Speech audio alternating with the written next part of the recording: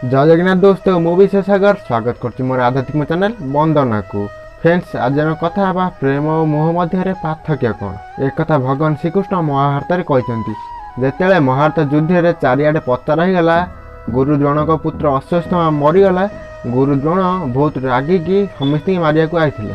सेतेबेले भगवान श्रीकृष्ण कहते मुझे कहे अश्वत्थामा आपणक पुत्र नुह गोटे हाथी आपणक जीवन कौन पुणी थे मधुर लगे आपण हृदय पुणी थे करुणार भरीज। गुरु द्रोण कहले वास्तव में मो पुत्रर मृत्यु हैनी। भगवान श्रीकृष्ण कहले जदि आज हैनी काली हेब ए दुनिया रे अमर किए अच्छी गुरुदेव।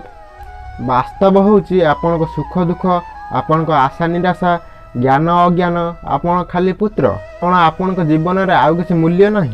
गुरु द्रोण कहते से मो पाई संसार को आसी से मत स्नेह प्रेम सम्मान देछि मो जीवन में ताठार आगे महत्वपूर्ण नहांती कौन सबु पितामाता तांको पुत्र को अधिका प्रेम करंतिनी। श्रीकृष्ण कहते वास्तव में आपण पुत्र को आपण देइचंती कौन। गुरु द्रोण कहते संपत्ति देइछि सुख देइछि राज्य देइछि। श्रीकृष्ण कहते संस्कार देइछ विद्या देइछ धर्मर ज्ञान देइछ गुरुदेव।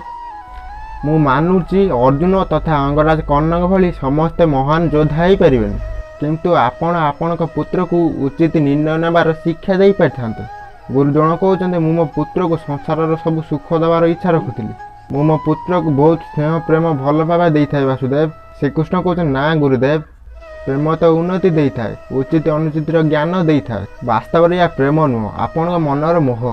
प्रेम और मोह मध्य कौन पार्थक्य अच्छे आपड़ जानते गुरुदेव। द्रोण कहते प्रेम तो मोहर जन्म होता है। श्रीकृष्ण कहते ना जोटी प्रेम थाए से मोह न थाए। प्रेमर जन्म करुणारू मोहर जन्म अहंकार। प्रेम कही मो पुत्र को ईश्वर संसार सब सुख देवे मोह कही मु मो पुत्र को संसार सब सुख देवी। प्रेम कथा मु मो पुत्र पाई गर्व करी मोह कही मो पुत्र मो पाई गर्व करिवो। प्रेम मुक्ति दे थाए गुरुदेव मोह बांधी थाए। प्रेम धर्म गुरुदेव आ मोह अधर्म। फ्रेंड्स आज मैं ये भावुँ भिडियोटी आपण भल लगी भिडियोटी भल लगे like comment share and subscribe करें जमा भूलिए। जय जगन्नाथ।